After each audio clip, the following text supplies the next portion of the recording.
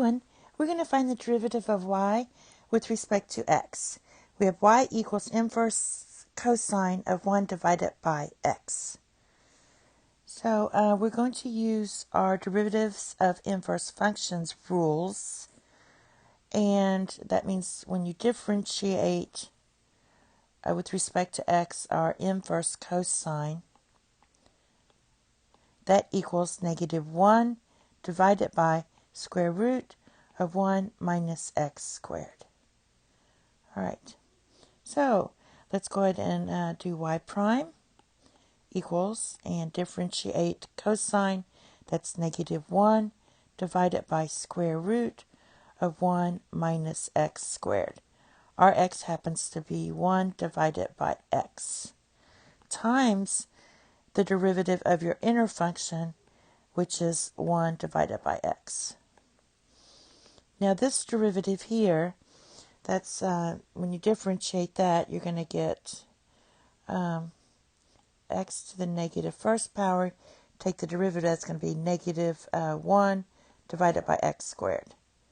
So what I'm going to do on the next step is write this as negative 1 divided by, and I'm going to affix this. So I need a common denominator. What we have is square root of 1 minus 1 divided by x squared.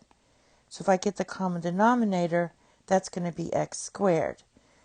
So I need an x squared here minus 1. So I'm going to write that like that. X squared minus 1 divided by x squared times negative 1 divided by x squared. All right, from there, as we're going to move on to the next slide, we have two negatives. That's going to make a positive. I can put this x squared in front here. All right, and so I'm going to take this away and just move it here. Let me just write it here. I'm just moving it in front here, and I'm going to have a positive. So basically what I get is 1 divided by x squared, and I'm going to also write this as square root of x squared minus 1 divided by square root of x squared. And this was x squared. All right, so basically what's going to happen is, just before we move on, we have the square root of x squared. That equals the absolute value of x.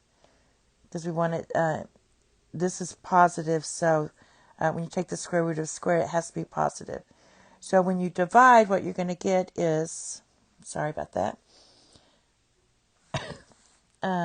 negative or positive 1 divided by x squared divided by absolute value of x times the square root of x squared minus 1. This can be simplified. If you have x squared divided by x, that just equals x. But since this is absolute value of x, this is also going to have to be the absolute value of x, because you don't want a positive and a negative. So let's go ahead and finish it up. Our y prime equals 1 divided by absolute value of x times the square root of x squared minus 1. And this is your final answer. Thank you. Have a nice day. Bye-bye.